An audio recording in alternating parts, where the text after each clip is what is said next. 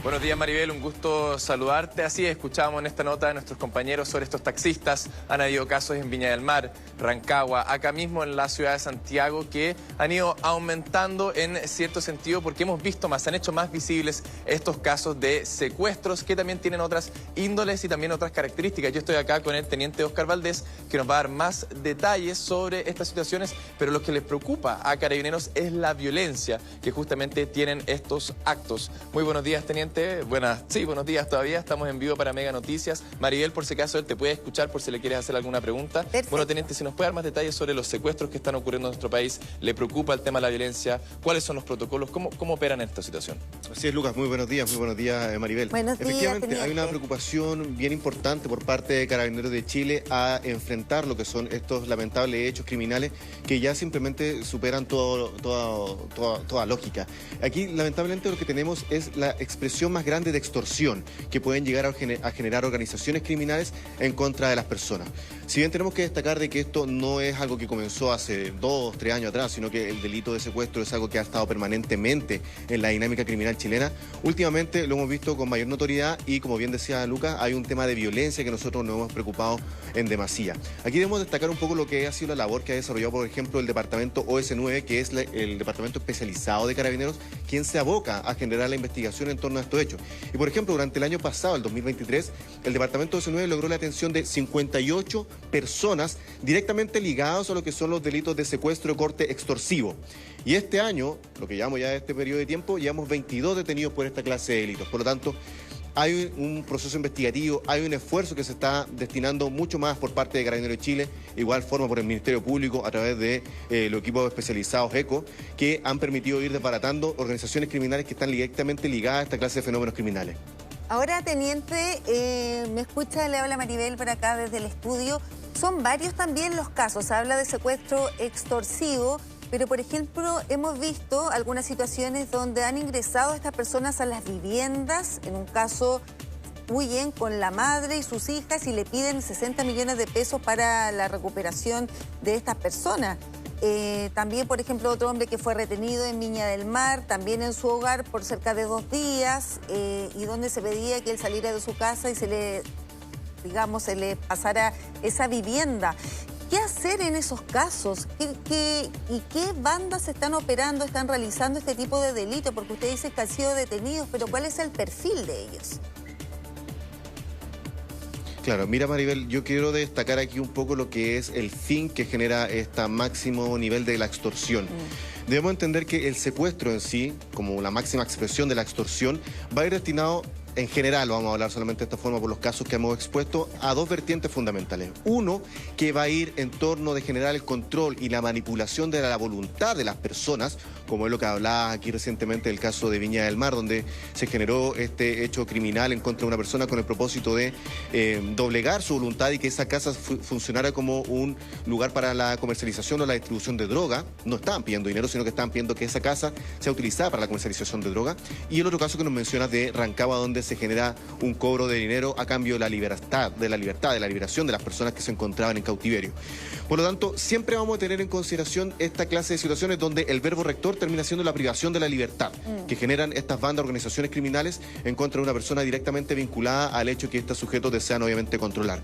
Y es en este contexto donde generalmente se tienden a generar la mayor cantidad de denuncias que activan un sinnúmero de protocolos por parte de Carabineros de Chile, de los cuales no me voy a detallar bastante, pero sí obviamente involucran a lo que son las unidades especializadas de Carabineros de Chile, como son el departamento C9, la BOCAR, todo lo que tiene que ver igual forma con el trabajo de la EMCO, de la ECO, que son los equipos especializados de la Fiscalía que se dedican directamente a generar y encabezar esta clase de investigaciones, y de igual forma los departamentos especializados de OS7 y departamento en cargo de búsqueda de personas y vehículos, que se genera un trabajo conjunto, mancomunado, para lograr los resultados que recientemente estábamos exponiendo. Teniente, y el perfil de estas personas, usted dice que ya han habido personas detenidas por este tipo de delito, de secuestro. Estamos hablando de bandas que operan y también si esto se ha extendido no solamente quizás en zonas acotadas, sino ya transversalmente en algunas regiones de nuestro país. Si tiene datos también sobre eso. Mira, particularmente los sujetos que han sido detenidos por parte del Departamento C9, debemos destacar que un número importante, más del 50%, son personas ciudadanos de nacionalidad chilena. Y cerca del 40-41% terminan siendo de otras nacionalidades, particularmente venezolanos y colombianos. Pero, lamentablemente, debemos destacar de que en su mayoría los sujetos que han sido detenidos por parte de Carabineros terminan siendo chilenos. Esto quiere decir que determinada estrategia o modus operandi del extranjero han permeado de una u otra forma lo que ha sido la criminalidad nacional. Por lo tanto, ahí tenemos dobles lecturas que hacer respecto de lo que es el fenómeno criminal como se ha presentado lamentablemente en nuestro país. Y hablando un poquito más en detalle, si bien recordarán lo que fue el caso que para todo el departamento C9 durante a fines del año pasado, lo que fue el desarrollo de la investigación en torno a la Casa de la Tortura, que fue diferentes domicilios que fueron desarticulados en Maipú, donde lamentablemente se constató que era un lugar de cautiverio donde se trasladan personas que posteriormente sufrieron varios destinos. Y en este caso se logró la detención de 8 sujetos y se está trabajando en comprobar cuál es la vinculación de estos sujetos con un crimen organizado o bandas transnacionales, vale decir que no solamente operan acá en Chile, sino que también tienen vinculaciones con otros países. Por lo tanto, vamos a hablar, como en resumen, perdón Maribel, de que existen bandas u organizaciones criminales que operan directamente de una estructura aquí en Chile y otras que operan como un brazo armado aquí en Chile, pero que lamentablemente están siendo coordinadas u orquestadas desde el extranjero. Y ahora, teniente, este caso que por supuesto causó la alarma en todo el país, un punto también de inflexión con respecto a los secuestros, porque fue discutido ampliamente, que tiene que ver con el secuestro de este empresario en Rancagua. ¿Qué pasó con estas personas que estaban involucradas en este delito? ¿Fueron todos detenidos? ¿Quedan otros todavía prófugos? Mira, Maribel, me puedo referir bien superficialmente a ese caso. Efectivamente fue una investigación que está desarrollando actualmente Carabineros de Chile. Se logró la detención de sujetos vinculados a lo que fue este hecho criminal, pero es una investigación que todavía sigue en curso y todos esos antecedentes obviamente han sido puestos a disposición del Ministerio Público. Continúa esta investigación entendiendo que existen muchas más aristas importantes con el propósito de ir vinculando la participación de estos sujetos con lo que te comentaba recientemente. Así que aquí tenemos finalmente una banda o organización criminal que se asentó en el territorio nacional y está operando aquí de manera directa, o existen bandas o organizaciones criminales que están vinculadas desde el extranjero y que están procediendo a lo que es generar esta clase de delitos y extorsiones.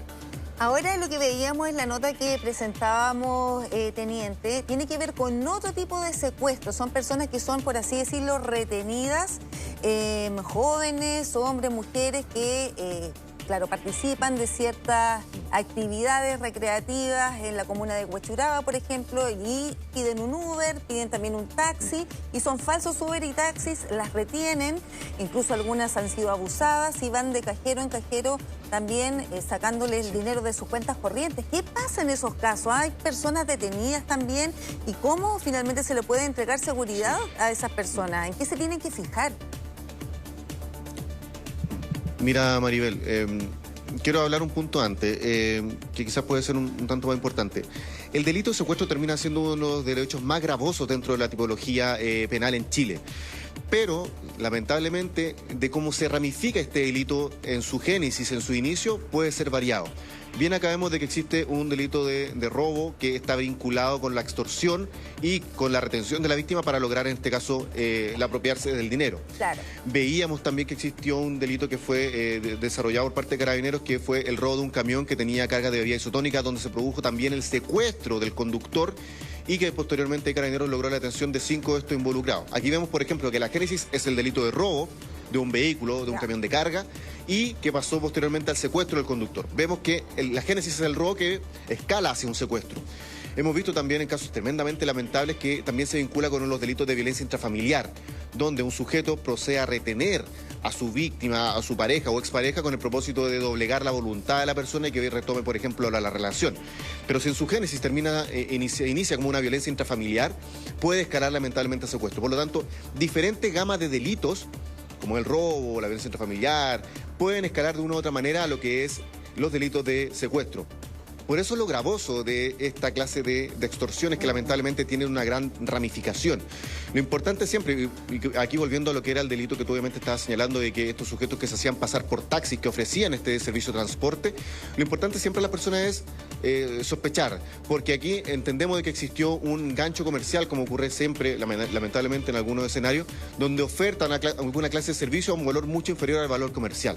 Por lo tanto, esto habría servido como un enganche para facilitar que la víctima víctima pudiese generar algún grado de confianza y de esta manera generar acceso al vehículo.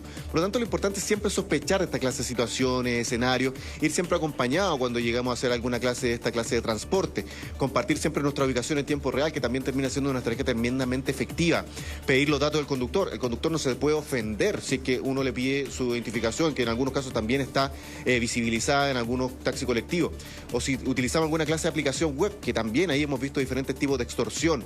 La sextorsión, por ejemplo, que algunas personas hacen pasar por pretendiente o pareja y piden fotografías íntimas a cambio y posteriormente utilizan esas mismas fotografías para solicitar alguna clase de dinero. También termina siendo una extorsión en un nivel menos gravoso que la privación de libertad, pero termina de igual manera jugando con la voluntad de las personas. Por tanto, siempre la recomendación es obviamente a sospechar de algunas situaciones que puedan ser quizás muy ventajosas y en segundo lugar, y siempre generar lo que son las denuncias correspondientes. Por favor, aquí hay un tema bien importante porque de igual manera en algunos casos de secuestros existe también una cifra negra.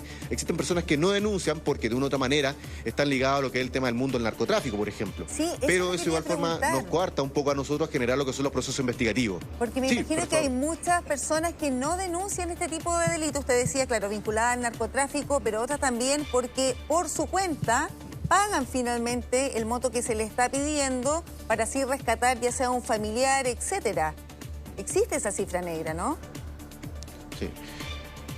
Correcto, mira, la principal cifra negra a la cual nosotros hemos manejado en torno a la teoría y la investigación de diferentes casos es lo que estaría ligado lamentablemente a lo que es el mundo del microtráfico y el narcotráfico, con la finalidad de ejercer un control territorial, por decirlo de una manera, con la finalidad de ejercer un control respecto del valor con el cual se comercializa la droga, y son en estos contextos donde lamentablemente estas organizaciones criminales dedicadas al narcotráfico o dentro de sus mismos secuaces buscan secuestrar a alguna otra persona de una banda rival.